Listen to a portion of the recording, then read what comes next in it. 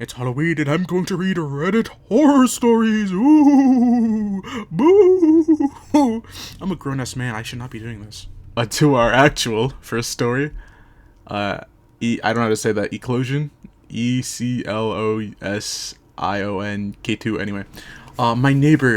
My neighbors say they've known my son for years. I never had children. Ooh. How old must he be now? 8? 9? I stared at my neighbor, unsure what she was asking. She read the confusion on my face. You're a cute little guy. I saw him biking down the lane earlier. He must be old enough for grade 4 now, right? Miss Babagage, that's her fucking name, was a bit on the older side, but I never thought she had any signs of dementia until now. I wasn't exactly sure what to say. She proceeded to stare at me, tilting her head as if I was the one misremembering. I awkwardly opened my mouth. Oh, right, my little guy. She brightened. Yes, he must be in grade 4, right? Sure, I mean, yes, he is. What a cute little guy, she said, and returned to watering her flowers.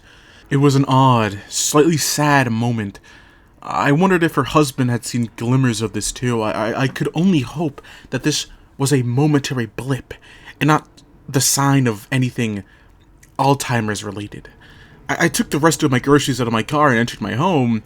I had a long day of teaching, and I just wanted to sit back and unwind and watch something light on TV. But as soon as I took off my first shoe, I smelled it, something burning on the stove.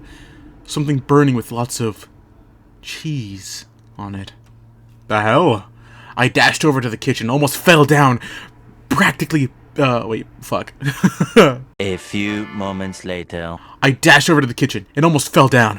Partially because I was wearing only one shoe, but also because there was a scrawny little boy frying Kraft dinner. I let out a half scream. Oh! But very quickly, I composed myself into the assertive adult who taught at a university. What? Excuse me? Who are you? What are you doing here? The boy's blonde, willow-like hair whipped around his face as he looked at me with equal surprise. Papa!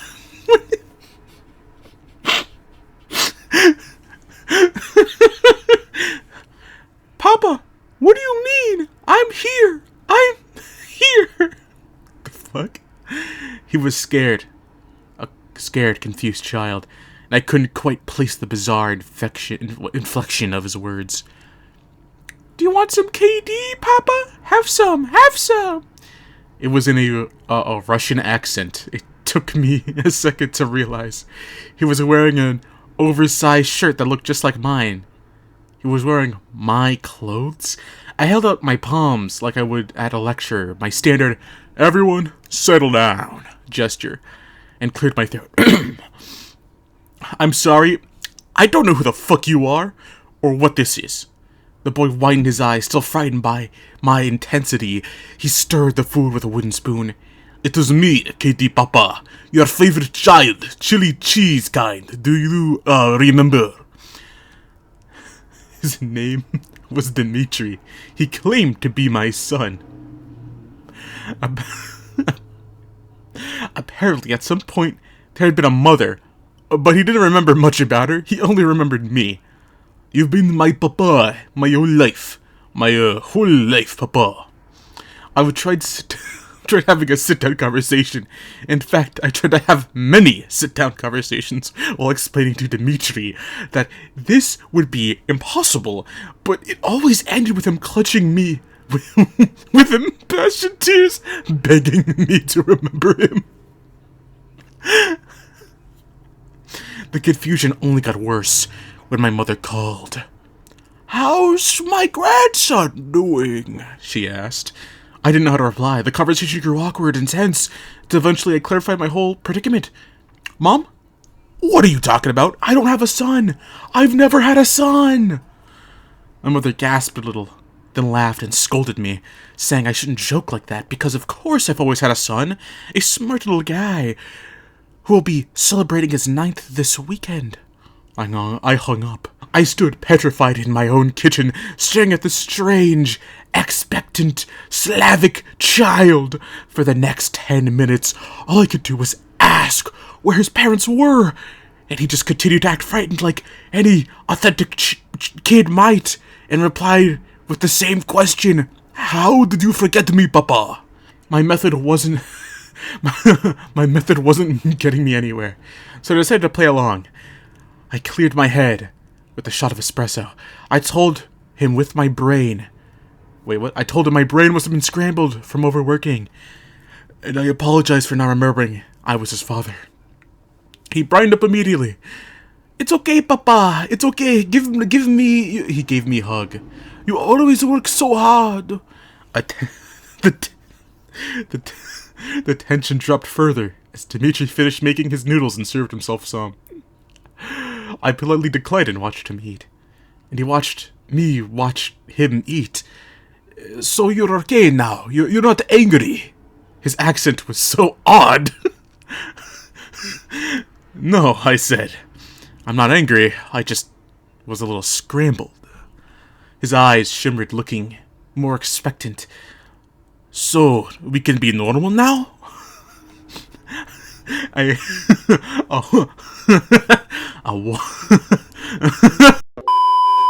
A wan child trickled down my... Oh, wait, what? A wan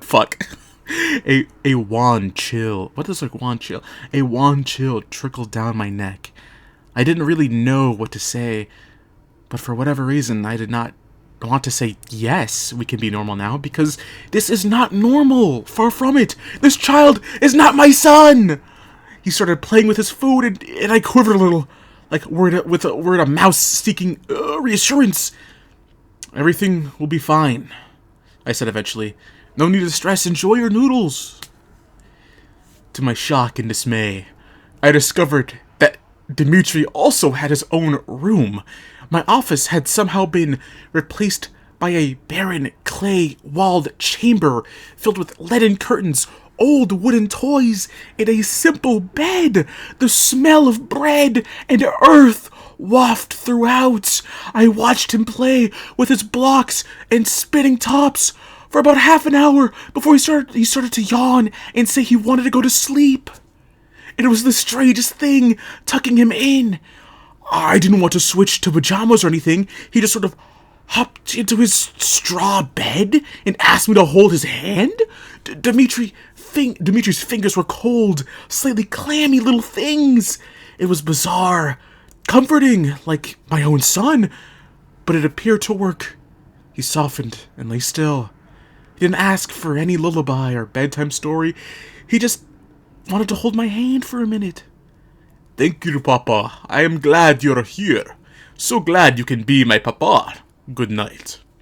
I inched my way out of the room and watched him through the crack of his door. About 9:30, he gave small, childlike snores. He'd fallen asleep.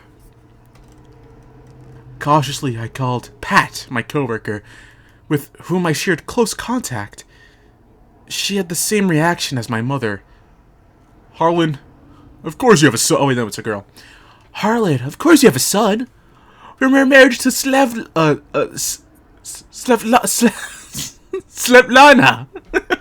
"My marriage? To who? You met her in Moscow. You were touring Europe." It was true that I guest lectured 15 years ago. Oh wait, that doesn't add up. Across the UK, Germany, and Russia. I was awarded a grant for it, but I only stayed in Moscow for 3 days. I have never met anyone named Svetlana. Don't be weird, Harlan. Come on. Pat's convincing was very disturbing. "You and Svetlana were together for many years." How many? Look, I know divorce was hard, but you couldn't pretend your ex-wife doesn't exist. "I'm not pretending, I'm being serious. I don't remember her." Then get some sleep. I sipped on my second espresso of the night, but I've slept. I'm fine. Well then, wait. Well then, I don't get this joke. Knock it off, it's creepy. I'm not joking. I'll see you tomorrow for the birthday. Birthday? Yes, your son's birthday. Jesus Christ. Good night, Harlan. Go get some sleep. I didn't sleep that night. My efforts were spent scouring the filing cabinets and drawers throughout my house. I had credit card bills covering school supplies, kid clothing shops, Colster groceries. I even had pictures of Dimitri hung around the walls from various ages. It's like everything was confirming to this new reality. The harder I looked for clues to disprove my fatherhood, the more evidence I found confirming it. It was Dimitri who woke me up off the living room couch. It said Uncle Boris was here. Uncle Boris? I peeked through the window and could only see a very large blonde man smiling back at me. Behind him was a giggle of other relatives, all speaking Russian to each other. Hello, Aren! The blonde man's voice penetrated past the glass. We are here for birthday. They all looked excited and motioned to the front door. They were all wearing tunics and leggings. Traditional birthday clothes or something? I was completely floored. I didn't know what to do, so I just sort of nodded and suddenly slinked back into my kitchen. Dimitri came to pull my arm. Come on, Papa. We have to let them in. I don't know any of them. Yes, you do, Papa. It is Uncle Boris. It is Uncle Boris. I yanked my hand away. It was one thing to pretend I was a kid's dad for a night. It was quite another to let a group of strangers into my home. First thing in the morning. Dimitri frowned. I'll open the door. Wait. Hold on. I grabbed Dimitri's shoulders. He turned away. Let go, Papa. I tried to pull him back, and he dragged me to the living room again. Our struggle was on display for everyone outside. Boris looked at me with saucer eyes. Dimitri pulled harder, and I had no choice but to pull him back. The boy hit his head on the table and as he fell. Boris yelled something in Russian. Someone else hollered back. I heard he was trying to wrench open my door. Dimitri, stop! I said. Let me just take a minute to... You're hurting me, Papa. Oi! My front door unlocked. Footsteps barreled inside. I let go of my son and watched 3 large Slavic men enter my house with stern expressions. Dimitri hid behind them. Is everything okay, Boris? Peered down at me with his tangled of blonde hair. Yes, sorry, I'm struggling to find my words. I'm just very confused. Confused? Why were you hitting Dimitri? Okay. The little boy pulled on his uncle's arm and whispered something into his ear. Boris' expressions furrowed, but before I could speak, a slender pair of arms pushed aside all the male figures and revealed a woman unwavering, bloodshot eyes. Something in me knew it was her. Svetlana. Fuck. She wore draped down sheet as a dress, with skin so pale I could practically see her sinews and bones. It's like she had some extreme form of albinism. Harlan, she said, somehow breaking my name into 3 syllables. Harlan. I've never been so instinctively afraid of a person in my life. It's like she had weaved herself out of the darkest edges of my memory. I saw flashes of her holding my waist in Moscow, outside Red Square, flashes of her lips whispering chants in the shadows of St. Basil's Cathedral. Svetlana held Dimitri's shoulder, then looked up at me. Just tell him it will be normal. Tell him everything will be normal. No, this is not happening. None of this is real. Barefoot and still wearing the same clothes as yesterday, I bolted back out of my house and hurtled towards my driveway. Before the rest of my new family could realize what's going on, I hopped into my Subaru and stepped on the gas. I drove away from my house, looked back into my rearview mirror, and I swear it didn't look like my house at all. I swear it looked like a thatched roof hut. Back at the university, I walled myself up in my study. I canceled all speaking arrangements for the next week, saying I needed a few personal days. No one in my department knew I had a son. Wait, what? Nothing in my study indicated I had an extended Russian family. When I asked Pat about our conversation the night prior, her response was, "What conversation?" My mom said the same thing. With immense trepidation, I returned to my home the following day, and after setting foot back inside, I knew that everything had reverted back to the way it was before. No more faint pictures of Dimitri. No more alarming photo albums. And that clay wall room where Dimitri spun tops and slept inside, it was my home office again. To this day, I still have no clue what happened during the bizarre September weekend. Just doing some of my own research, I was starting to think I did encounter something in Moscow all those years ago. Some kind of lingering old curse, or a spirit, or a Chiana Vidma, a black witch disguised as an ordinary woman. Although I've not seen any evil things bubble up around in my place since, every now and then I do have a conversation with Miss Babbage, and she seems to remember my son very well. Such a cute little guy, always waving hello. Did you know he offered me food once? I think it was a crafted dinner. I'm sorry, but like, I'm just imagining, Papa! Like not like the Russian voice I'd put on for him, hello, Papa, I am your son, I'm your son Dimitri. But like, hello, Papa, I am Dimitri. Like, I can't imagine that. Anyway, on to the next story. By Donovan221. I'm pretty sure my girlfriend is a ghost. My girlfriend and I just... okay. I read 5 years ago, and my thought was like, his imaginary girlfriend's 5? Is this dude fucking Utah? But, no, okay. Sorry. My girlfriend and I met 5 years ago. I was fresh out of college, well on my way to becoming an engineer. She walked into my life right at the perfect time. She complimented me, brought love into my life, showed me the touch of a woman. After about a year or so of dating, I asked her to move in with me. Those next 4 years were the happiest I've had in my... Those next 4 years were the happiest I've ever been. I respected it. I was respected in my field. I was making more money than I could count. And I have moved, she and I, into a beautiful home right off the coast of California. Well, I've been thinking about children. I could only think about the ring I wanted to put on her finger. I wanted every jeweler in town. I went to every jeweler in town, searching for the perfect ring for my soon-to-be bride. I know I could feel it in my bones. I'm sorry, when he said I knew I could feel it in my bones, that fucking song, I could feel it in my bones.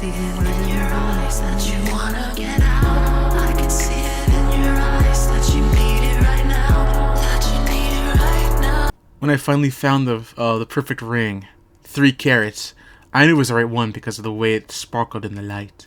Its gleam matched hers 100%.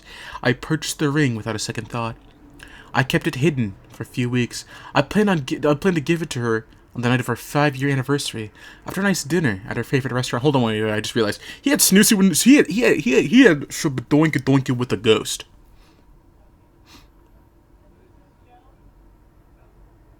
I just realized that.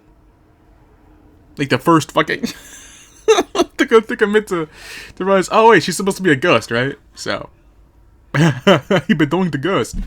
Anyway, sorry, that's all off. It was a fully... I kept it hidden for a few weeks. I planned to give it to her on the night of our 5-year anniversary, after a nice dinner to her favorite restaurant. However, the moment could never come. A week before our anniversary, I got a call from the hospital. Oh, never mind, she's dead. My beautiful girl had been in an accident. It was in the ICU. Oh, that's sad. I rushed to the hospital, breaking... okay, so he didn't have sex with the ghost. My bad. I rushed to the hospital, breaking a flurry of traffic laws in the process. I arrived. He demanded to know where she was. The nurse directed me to her room. I saw her. Her gorgeous face was bruised and bloodied. Tubes ran through her arms and nose, blood and medicine bag being manually circulated throughout her body. Her mother was a mess. I was a mess. The doctors remained calm. I fell to my knees in the room, begging God to show mercy on my sweet girl. I stayed in that hospital room for a full week before finally returning home to shower and get some real rest. When I woke the next morning, I brushed my teeth and got dressed, planning to immediately return to my girlfriend's side. I grabbed my wallet and keys. As I opened the door, I was greeted by the most precious thing I could possibly ask for. There before me stood my girlfriend, as beautiful as ever. Her wounds had healed, her face was clear, and her smile reignited my soul. I felt my eyes... Oh, that's sad.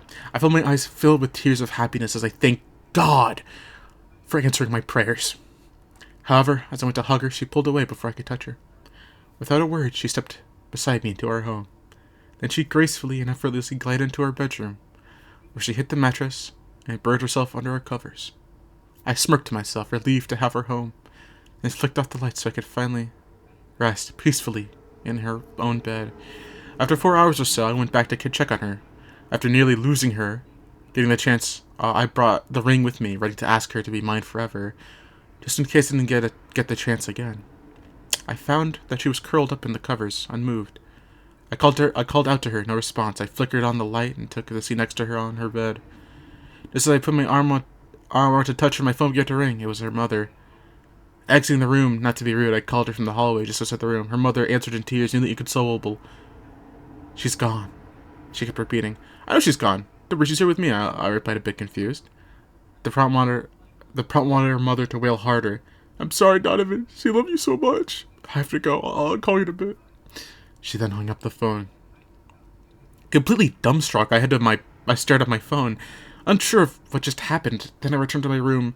"Sweet, did you tell your mother that you..." I had to cut myself off. My mouth hung agape, and my blood ran cold, because that bed that had previously held my precious girl tightly under its covers was now flat. That's sad.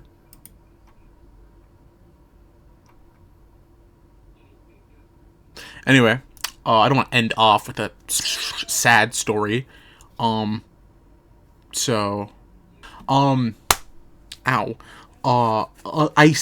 By Trash Tia, I steal life threads for a living. My latest victim's thread is the longest I've ever seen. So you like the Grim Reaper? Because when I think of like supernatural threads tied to a person, I think of that one, the red thread thing that shows how many with your body count.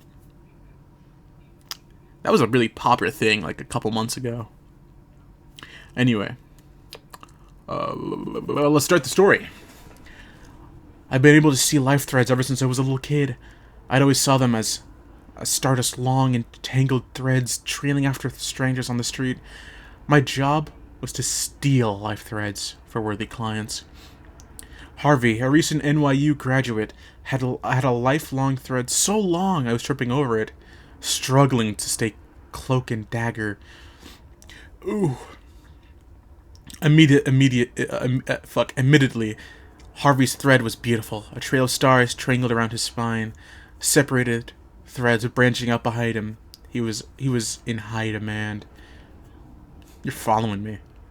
Twisting around, the man himself was standing behind me, smirking, Harvey's dark red chiseled hair, like he hadn't slept in weeks, amused eyes drinking me in.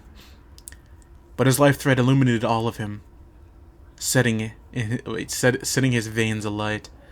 I could see every individual strand and tangle around his heart, threaded through his brain, a burning orange light sparking in his iris. I found my voice, my gaze glued to the stray pieces of thread wrapped around his ankles. I had a moment of weakness that I was trained to suppress. "Your backpack's open." I nodded to his spilling books. "Wait, really?" His eyes rolled. He rolled his eyes. "Sorry, my head was in the clouds." The guy was grinning, his life thread growing brighter. I pitied his naivety. "Can you, check if I haven't lost anything?" He hopped into the alley. I followed him. Harvey's crouched to pet a stray cat. I saw my chance. Pulling my gun from my jeans, I struck in the back of his head. Life thread is alive. It's still beating, heart to the human body. So to treat it gently. "Knees." I shoved him, and he flung his hands in the air. "Are you fucking serious?" he hissed. "Just take my MacBook, dude!" The hard part was removal. I told him to lay on his front and straddled him, pulling out my scalpel, a single incision to the nape of his neck. There it was, a spider, like tendrils, already bleeding from the entrance point. All I had to do was pull, and Harvey was gone. "I'm sorry," I whispered, ignoring his cry. His body contorted, when I tangled my fingers around the thread. Pull. It came out like a loose strand of clothing. Coming apart, unraveling, I watched it, that glow start to darken, to go out. It wasn't until I had a handful, when I realized its color. And the veins looked like stardust, but this, whatever this was rotting. Dark and wrong. Threads strangled and tied together. Strangled? Oh my fucking god. It wasn't until I had a handful when I realized its color in the veins. It looked like stardust, but this, whatever this was rotting. Dark and wrong. The threads fuck! It wasn't until I had a handful when I realized its color. In the veins, it looked like stardust, but this, whatever this was rotting. Dark and wrong. Threads tangled and tied together. I could hear soft individual screams, cries for death, hang on to each one. Suddenly I was slammed back against the wall, cool breath tickling my cheeks, sharp points grazed my neck, his tongue teasing my throat. His laugh was hysterical. His life thread already mending itself, ignoring... fuck. His life thread... Fuck. His laugh was hysterical. His life thread already mending itself, igniting in his eyes. Oh. I thought this was teeth. What? His eyes. Oh. I thought... When his teeth penetrated, my own life thread dripped down my skin and dissolved. So that's why his thread was so long. Huh.